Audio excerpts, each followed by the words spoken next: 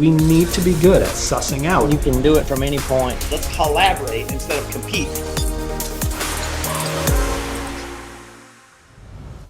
Hey everybody, welcome back to the Mentor Nation podcast. I'm your host, John Abbas, and man, do I have a fun guest for you guys today. You are going to want to listen to this interview. Before I bring them on, if you could do me a favor, hit that subscribe button, especially if this is your first time here, or even if you're returning, if you haven't yet, whether you're watching this on YouTube or listening to it on Apple, I just want to make sure that you get a notification every time I release a new episode because we have really, really brilliant guests coming on in 2023.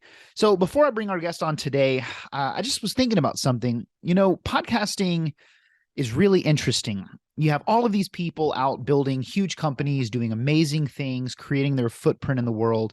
And these interviews are just a moment in time for those people, a moment in time that we can look back on. You know, we're 3 years into this podcast. We've done well over 100 interviews. We've even had 2 guests who passed away that I'd interviewed before. And, you know, I look back and I listen to their interviews over and over. And it's just, I'm so glad that we were able to get that information from them while they were here on Earth. But the point I'm trying to make is, you know, of all of these people, the ones that are the most successful are not the wealthiest. They're not building the biggest company, but the ones in my mind that are the most successful are those that are living life on their terms. And they're just having a whole lot of fun doing it. And I've believed this, you know, for several years now, that success is not about money, but it's really just having as much fun as you can and as many experiences as you can in this little window of time that we've been given. And this is why I think that you need to hear from my guest today. His name is Billy Jack Harlow, and he's lived a hell of a life. Amazing. And I think that the greatest gift that you can get out of this interview is just a different perspective in your own life. Billy Jack served in the military for 30 years. He bought land in Texas. He struck oil and became wealthy. He became an actor in his 60s, and now he's starring in all kinds of films with famous actors. And it's just amazing what he's been able to do. And he shows no signs of slowing down. He's fun. He's genuine. He lives a life full of gratitude. And I really think we can all learn a thing or two about living from my guest today. So please help me welcome Billy Jack Harlow. Billy Jack, welcome to the Mentor Nation podcast, brother. I'm excited for this interview, man. Thank you for being with us today. And John, thank you for having me, man. Just the name mentor makes me think about things I might not be qualified for, man. And, you know, to be a mentor, you need people that'll listen to you. And I try to be a mentor, but I sure don't force myself on anybody. Well, I would have to disagree, man. I see what you're doing. I'm following it. I love it. For all of you guys listening, Billy Jack is one of the most incredible stories I've ever heard.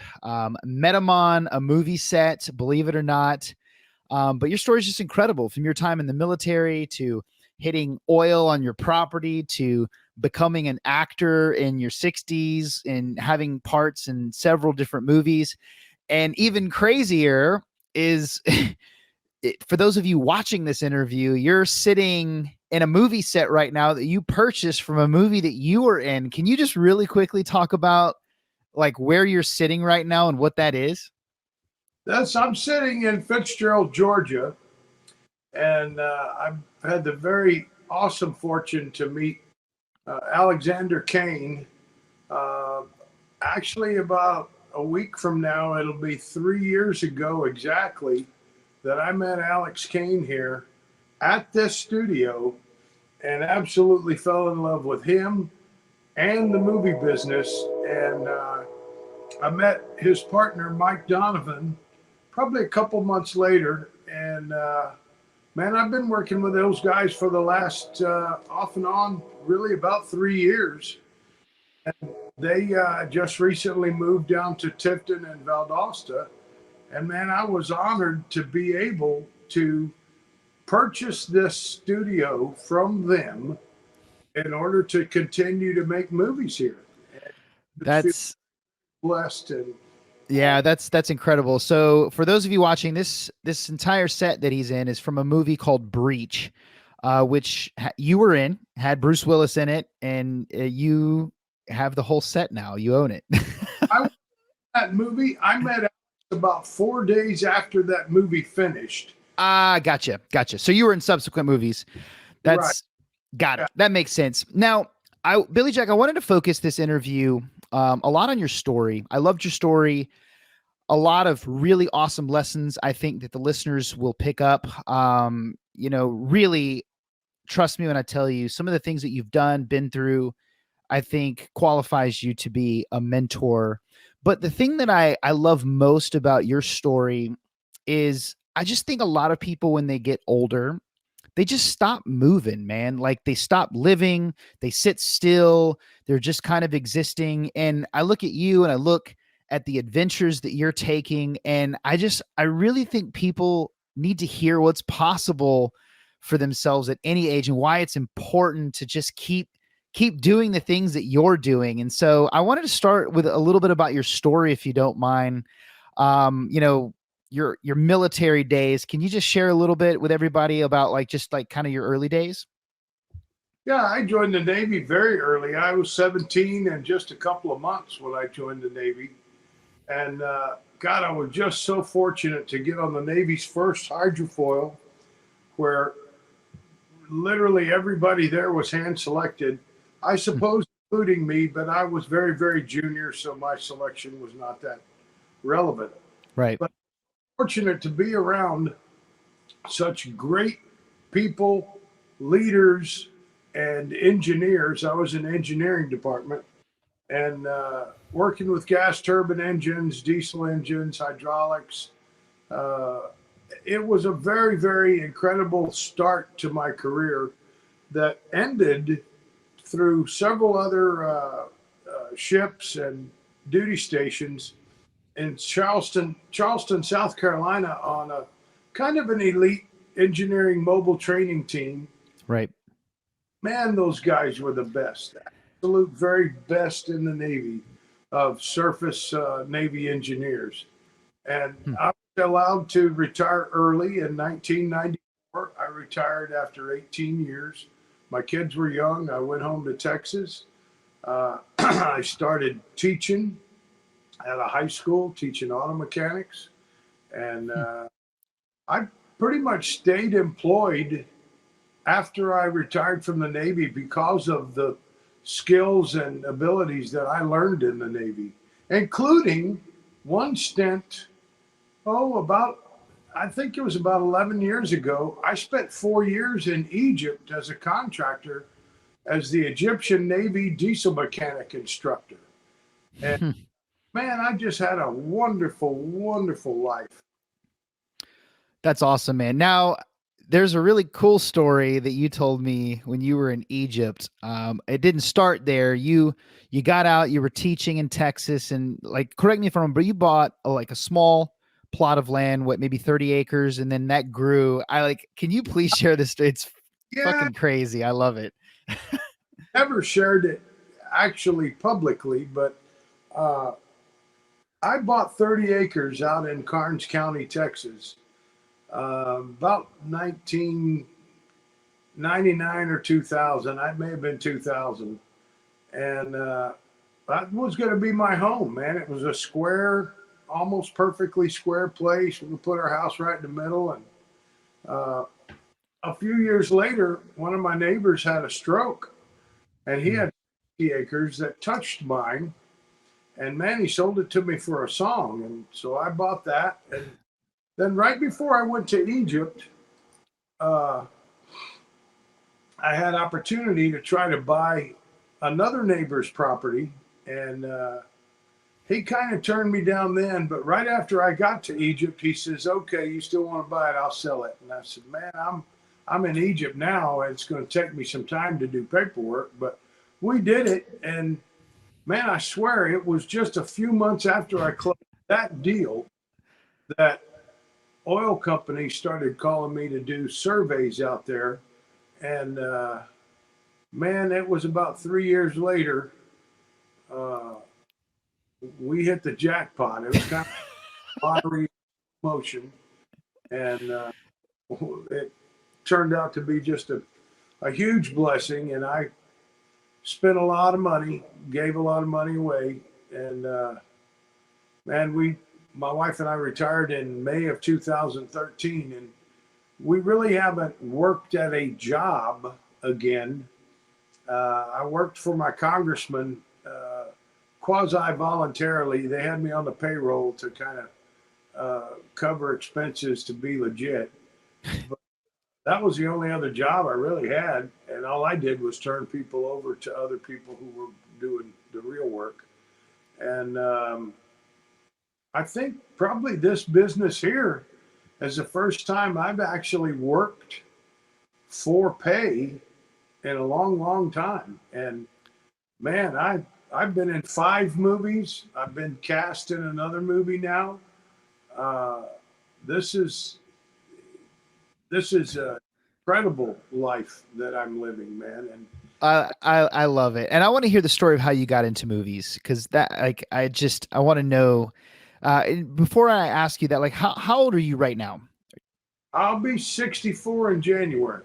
That's awesome, and you're making movies. I mean, you didn't get started, and this is an important lesson, I think, to everybody listening who had a creative passion, and then life hit them and they started family and career. Like, it's never too late. Like, you weren't in your first movie until you were how old? 62. 62. So, like, I think that's just incredible in and of itself. So how did all that happen? You hit oil, you kind of retired, and now how did you make the transition into acting? Well, I've lived a full life like 3 times over, man. And so I got to get to do whatever I want and go wherever I want. And I was down here in Fitzgerald for a family get together that, man, my uncle and cousin live here in Fitzgerald, and my mom is from Araby, which is just down the road from here. I've got a lot of kin folks around, and these are my people. So being here was easy, and then meeting Alexander Kane here that fateful day in October of 2019 kind of turned me around, man. I had met a couple other producers who I liked a lot, I'm still friends with, and they were going to get me in a movie called Pig with Nicolas Cage, which that movie was actually pretty popular. A very awesome movie, and I sure wished I could have been in it, but I wasn't, and it was due to some kind of cancel culture type crap, man. Social media. That had to do with my producer friends. But when I went to meet Alex, I really thought I kind of had it in with my other friends, and I'll get work with them, and I'll be in the movie soon, and everything will be fine. Man, when I met him and saw the complete movie set, this is just a small portion that's left standing, and we will have to remove it eventually. Right. But gosh, what an inspirational guy Alex Kane is. And I said, I'm coming back. I called my wife. I said, I'm coming home. I'll be there a week, kind of take care of business. Then I'm coming back to Georgia, and I'm going to stay till we make some movies. And like I said, man, I've been in 5 of them so far. And it really just came down to being available and having a certain look. I would say a unique look, not a certain look. There's, I guess, probably plenty of guys who look like me, but don't talk and walk like me and things like that. But that, and being around the directors and the producers when they're here making the movies, man, when they meet me, they really fall in love with me, and they like my life experiences, my voice, my character, my demeanor. It's very, very, seems to be, when Alexander Kane introduces me to somebody, it's like a magic potion he waves on them, man. All in love with me. I don't know what. I mean, you're just a great guy, and you have had incredible experience. You're very relatable, regardless of how old or where somebody is in their life. I mean, you've done a lot. Like you said, you've lived 3 lives. You know, you can relate to anybody in the military. I mean, you do have that look, like, you know, the Sons of Anarchy like type look. But that's really, really, really cool that you've been able to do all that. So can you just share a little bit about the movies that you've been in, some of the people that you've met, and just some of the experiences that were very memorable that you've had that you'll never forget? Oh man, I think probably my first movie, which was here in Fitzgerald, uh, had some several awesome moments, and I'll share a couple of those with you. This is a picture from that first movie. Uh, American Siege was the name of the movie, and Yep. Ed Drake wrote the movie. And after shooting for about 6 or 7 days, he comes up to me and tells me, "Hey, man, I wrote a part just for you." And I said, "Cool, man." And it was not a speaking part, just an acting part. And Yep. what it was I was a drug manufacturer, and I'm packaging drugs. Told me I'm going to be making these packages and putting them in this conveyor and stuff. And the bad guy's going to come in behind me with a gun and a flashlight and see me. And I'm going to turn and look and shrug my shoulders and keep doing what I'm doing. And I was that rubber chemical apron, flip flops, and I told the second unit director, Elliot Montello, I said, "Man, let me see if I get this right. He's going to come in, and I don't know if he's a good guy, bad guy, or whatever, but a guy with a gun and a light comes in." I said, "Wouldn't it be better if when he saw me, he felt safe immediately?" And it seems to me like if he could see that I'm naked under this apron, that would seal the deal. He knows I'm not a threat. I'm not carrying a gun. I'm not stealing drugs. Whoever side of the coin he. Right. Remember Elliot saying he was British. He's British. And he said, "Oh, that would be great, mate. Would you do it?" And I said, "Heck yeah, right now, man." I pulled my shorts down and took them off right then. 25 people in the crew, and they just went crazy, man. It was so awesome. They're all calling friends. People are coming over to the set where we were shooting just to see me doing my scene in the buff, man. That was pretty awesome. And of course, that made it in the movie. And to get special permission, I came back from that scene, and the line producer says, "Billy Jack, there's no nudity in this movie. Everyone's going to have to sign a waiver." I just good character in the movie, sister. Oh, that was so funny. So I guess they got all that straightened out. That's awesome. That happened to me there that I got some, I don't know, some added benefit from later was I sat on my friend Joe Luke's porch where we filmed most of that movie, American Siege, and talked with Bruce Willis for about 5 or 6 minutes a couple of times. And then the rest of the times it was, just 30 seconds here and Yep. 10 seconds there and whatnot. But then when I talked to him those 2 times on Joe's porch, all I talked to him about was music. I play guitar, I play a little harmonica, and I know he plays harmonica like a beast. And that was all we talked about. I'd heard people talk about him possibly having some kind of memory issues, and my mom she died of dementia. So Right. no, you don't test people who are going through that. You if you're going to converse at all, it's non-confrontational, and it's Right. Man, there's nothing better than music to me to make things calm and nice and even exciting. If you want to go get there, you need to do that. That's awesome. I love that. I just love like the story. So you live like your home is it's West Virginia or is it Virginia? West Virginia. West Virginia. And so you are are you living in Georgia right now? Yeah, man. I live in a fifth wheel RV next to the studio that Kane parked me next to. Man, these guys didn't charge me anything, man. They plugged me in. I've been living here for 2 years for free, helping them do anything they needed. I brought my skid steer down here. I brought my excavator, dump truck. I've got a lot of equipment down here to help these guys do anything.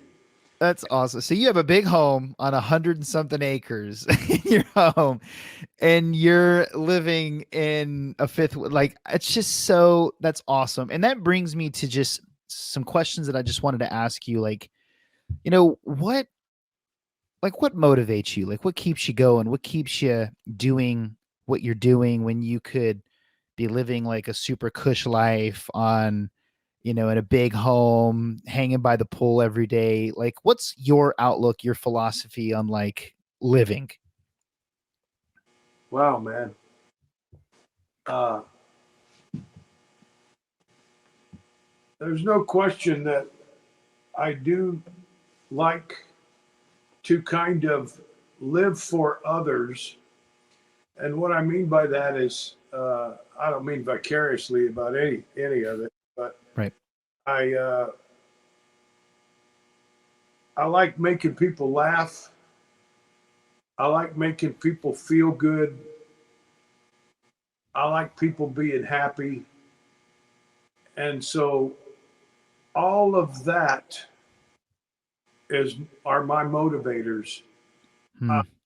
I can remember seeing Alex walk around the movie set, and I was doing pretty much the same thing, man. He goes by, he knows people's names, he calls them by name. I do a lot of sister and bro stuff I'm the same way. because I am a little older. I may forget their names, but man, let me assure you that it's the crew that makes the movie magic. Yeah. And Alex and me, uh, together and separately, love lifting people up, man. And lifting people up is inspiring to both them and me, to see them be excited about what they're doing. Never been on any other job where, no matter the number of people, the vast majority of them love their job. Yep. That's um, and are happy to be there. you sure don't get that in the Navy. Oh, man, you don't get that in the world either. Yeah. When I was researching for this interview, one thing that really hit me hard, and this is why I wanted to kind of have this conversation with you, is there was a study done, a vast study. It was one of the longest studies in history done by Harvard on like what kills people, or like cause of death, not like cause of death like smoking or heart disease, but like poor diet, lack of exercise, like things like that, poor habits. And the number one thing by a long shot was loneliness, just being by yourself. And I see a lot of people, I just turned 40. I see my wife's family, my family, especially as they get older, they tend to like isolate themselves more, right? Like all the things that will prolong your life and have you living longer, they stop doing those things. And I see so many people doing that, which is why it's so intriguing that, in your age, it's all about community. It's all about being around people. And here you, I mean, you're absolutely crushing. You're in movies and you've had your share of health issues and you're still crushing it. I mean, like, correct me if I'm wrong. Like you've had some crazy things happening. Can you share a little bit about like what you've been through? I didn't realize that you do. I have had 3 heart attacks, man. I had a heart attack 2 months after I came down here, 2019. Had to have a bypass on that one. And I had quit smoking between heart attack number 2 and heart attack number 3. I've been having them about every 3 years. This next month will be my 3rd-year anniversary for my 3rd heart attack. So I'm hoping I'll have another one, but I don't care about any of that stuff. I don't drink alcohol. Okay. I had my fill of that. And man, I'm not going to slow down until I die. I take that back. I may slow down a little bit, literally. It's harder for me to get around than when I was your age. Yep. Man, I'm not going to stop living, brother. I can't. It would be hard for me to be a mentor to a 20-year-old unless that 20-year-old was super visionary. Yep. What a big jump on his life he could be having. I do find, man, I just had my 45th high school reunion at McCullum High School in San Antonio, Texas. And man, it was so exciting. We were on the auditorium stage where my wife and I had our very first date. We saw the movie Walking Tall.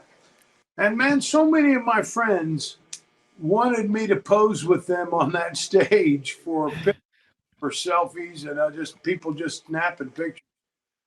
Literally, there was 15 or 20 people there, man, and a dozen of them wanted pictures with me. And man, they've been friends nearly all my life, and it's almost as if I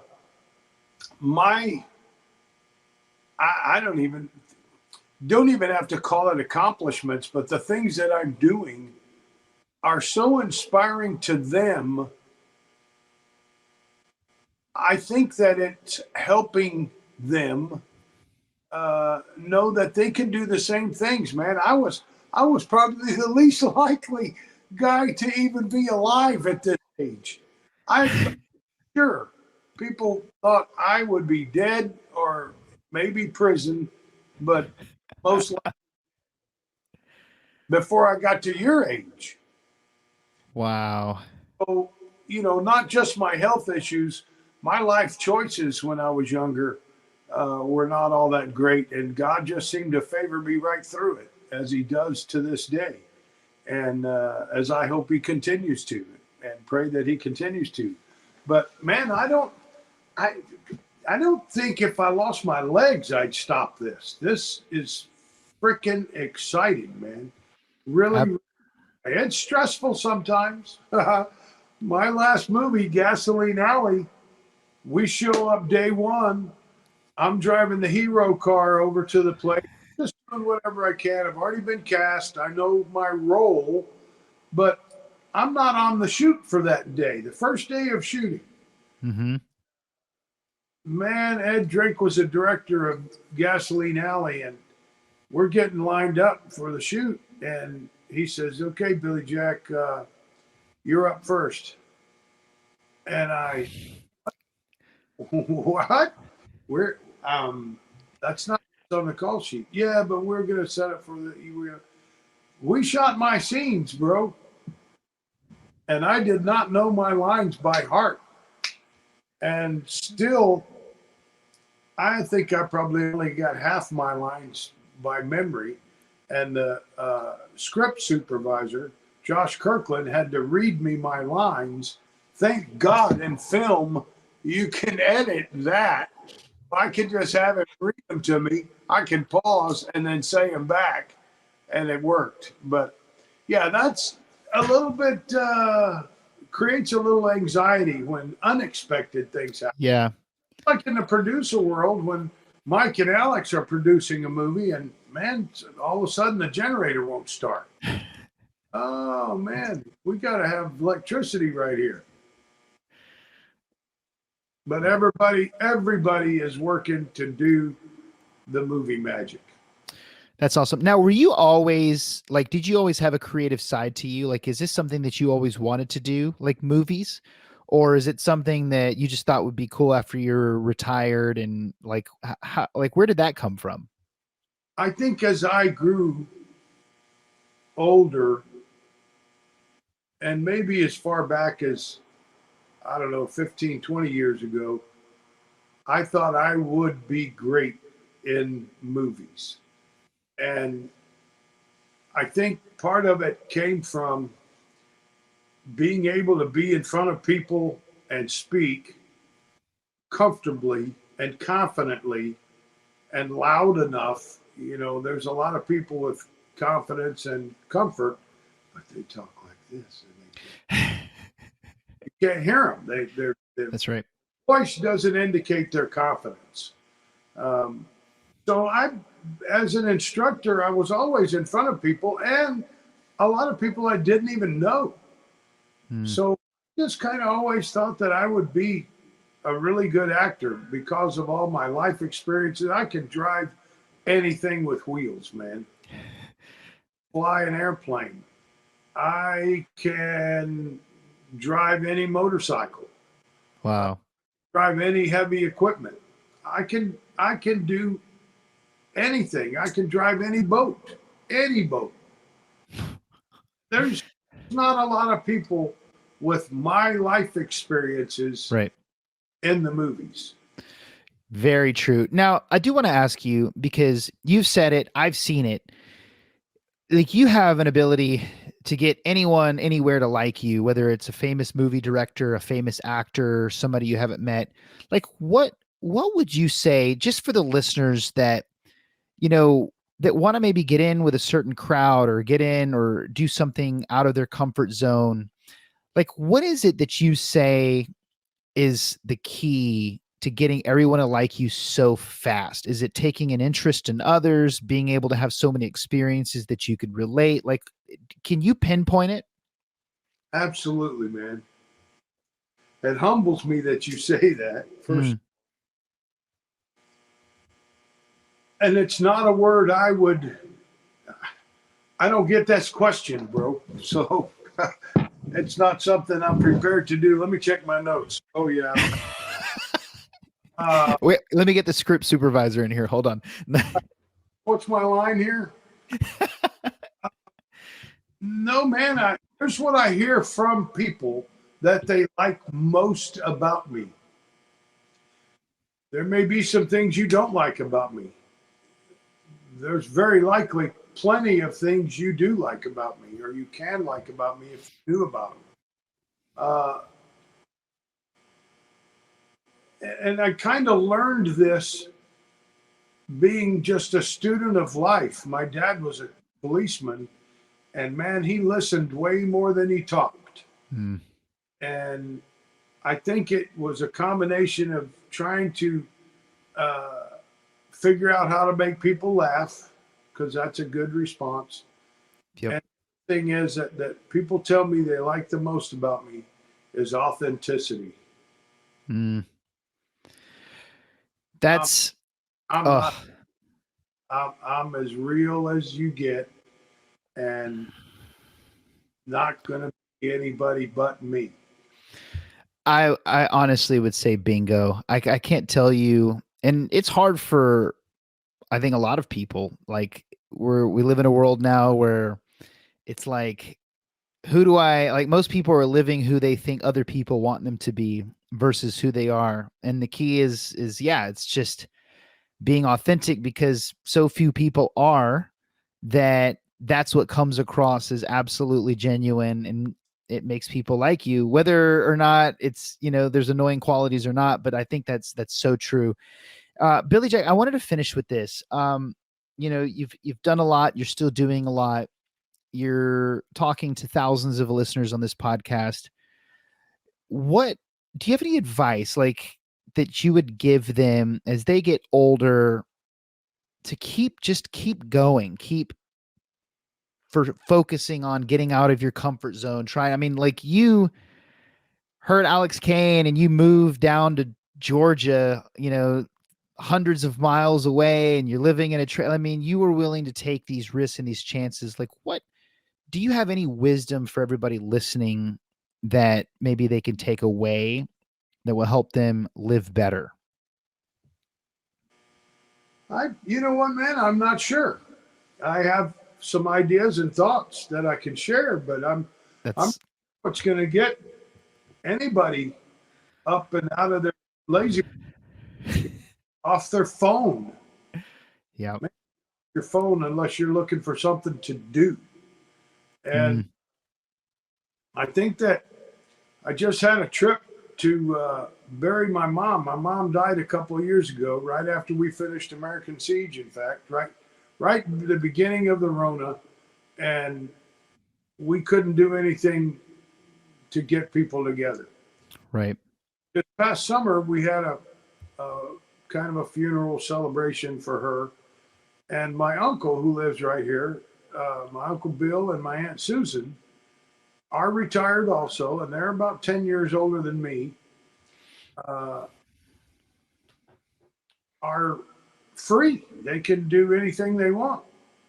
And I offered to take them with me to Texas then to do this family reunion and this ceremony for my mom, and which is my Uncle Bill's sister. Yep. They hemmed and hawed and hemmed and hawed, and I was mad. I was mad that they weren't jumping on it. Yep. I cried. All I got to do is just get in the truck with me, and I pay for everything. And free trip to Texas, see my dad, see my family, all of their family that they haven't seen in years. And man, they came very close to not going. And thank God they did. And man, it was about 2 months later, maybe a month later. Geez, it was like 3 weeks later. My aunt died unexpectedly, had an aneurysm and died. It's that death thing that kind of motivates me to live. Ooh, I'm not, but I could be dead tomorrow. Right. Man, that's powerful. Yeah, death is real powerful. Yeah. And, I'll tell you one other thing, and I'm sure you know this, and I'm sure the listeners will pick up on this, but I think one of the things that is really powerful about you as well is that, and you say this all the time, your gratitude. Like most people, a lot of people, when they get older, they get more cynical. It's like you are grateful for all of it, the good, the bad, it doesn't matter. It's just like you're happy about it. And I think that's important for people to take away from this. And I think that's important, something that I've taken away from this conversation. Man, I'm glad you see that, because I am grateful, and I go to sleep sometimes saying these words out loud. Thank you, Jesus. Thank you, Jesus. Thank you, Jesus. I go to sleep like that sometimes. That's awesome. Yeah. I love it. Well, Billy Jack, this has been incredible. Whether you know it or not, like a lot of things that you said here, I think are going to resonate with a lot of people. I really appreciate your time, man. You absolutely crushed this. Love hearing your story. And I think a lot of people are really going to enjoy this conversation. So thank you for your time today.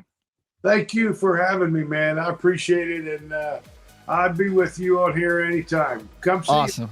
Well, we'll have to do a round 2 in your studio, because your studio is badass. Come on down.